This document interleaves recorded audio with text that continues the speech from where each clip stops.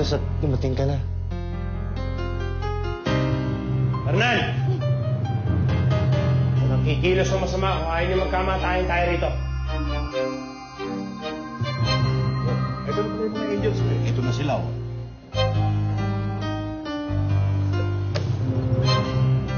Kayo? Ano, Hernan? Hayaan mo bang sumabit pa sila sa gulong nito? O sasama ka sa akin?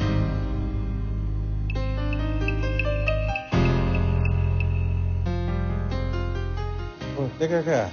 Bakit ganyan ang tinginan ninyo? Magkakakilala ba kayo? Hindi ko ka magkakakilala.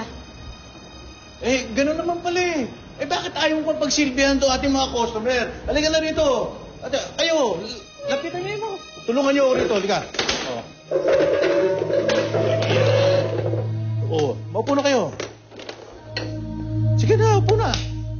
Ikaw, tanungin mo kung ano gusto nilang inumin. Bilisan mo. Anong gusto niyo inumin? Beer na lang. Sige, isa lang kami. Sige ho. Bilis mo. Pagal. Oh, maupo ka na dito.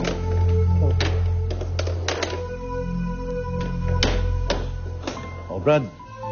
Paano? Iiwan ko na sila sa inyo, ha? Mababait yan, masunurin, ha? Saka, alam na nila kung ano gagawin nila. Okay? Alam mo na kayo, ha? Enjoy!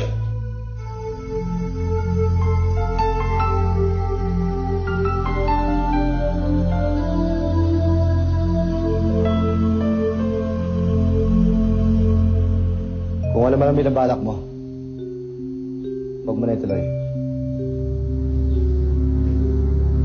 Dahil alam ang oras ngayon, darating lang mga pulis. Alam ko. Hindi naman ako natatakot eh. Saka wala naman akong gagawin sa'yo. Hindi naman kita papatayin kahit gusto ko. So ano kailangan mo? Sino ka ba talaga?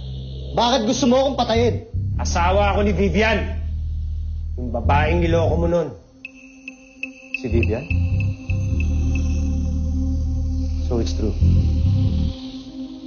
Si Vivian na babanggit ni Riray, ang Vivian na kilala ko noon. Oo. Si Vivian, ang ina ng anak mong panganay.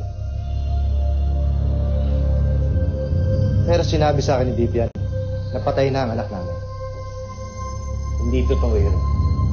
Buhay ang anak ninyo at alam ko kung nasan siya.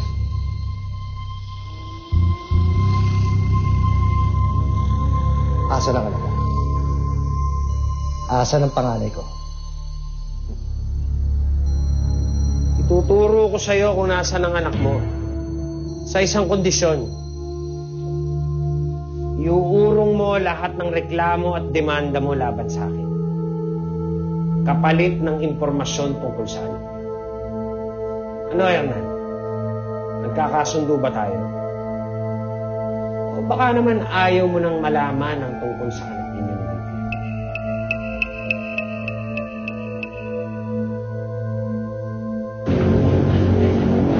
May order rin ba kayo?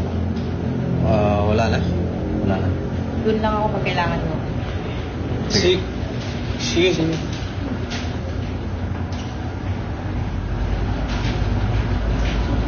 Yung mukha namin kayo. Iba kayong mga... Oo, kami.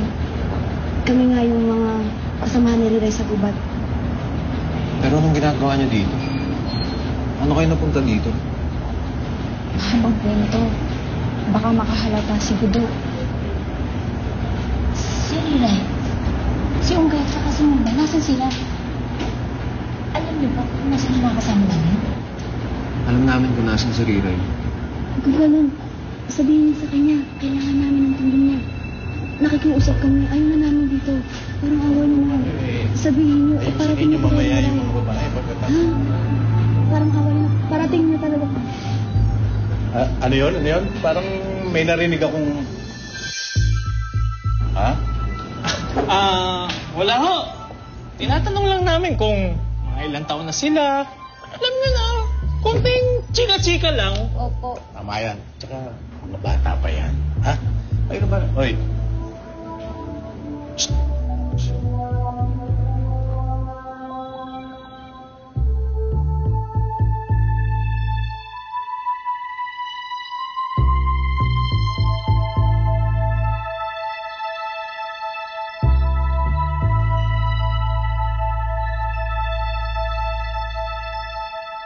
Sariray, sa Amazon ang ika'y galing-galing.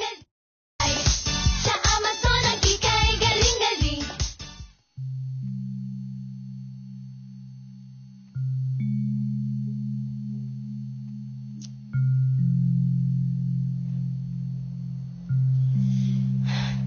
Ano na kayang nangyayari dun sa baba? Baka kung ano nang ginawa ng lalaking yun sa daddy mo? Pwede ba, Jopay? Huwag mo akong takutin. Manahimik ka na lang. Eh bakit mo ba ako pinapatahimik kaysa nag-aalala nga ako sa daddy mo? Hindi tulad mo, napakaduwag mo, ni wala kang nagawa eh. Ano gusto mo gawin ko? Ipakamok yung buhay natin lahat? Tama na. Huwag kayong mag-away.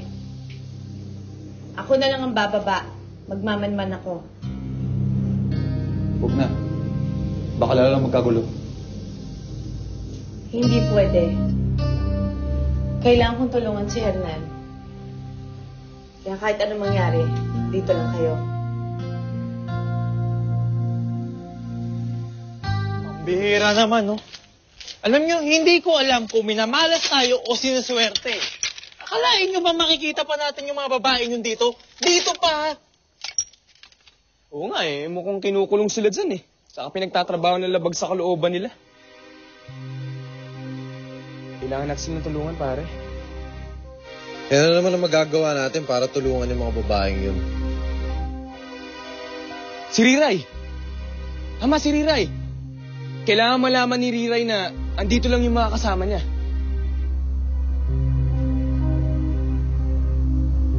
Yes, Chief. Iurong ko na kung ano man ang reklamo o demanda ko. Nagkamali ako. Hindi totoo na siya ang bumaril sa akin. Maglalabas uli ako ng written statement sa ibang araw.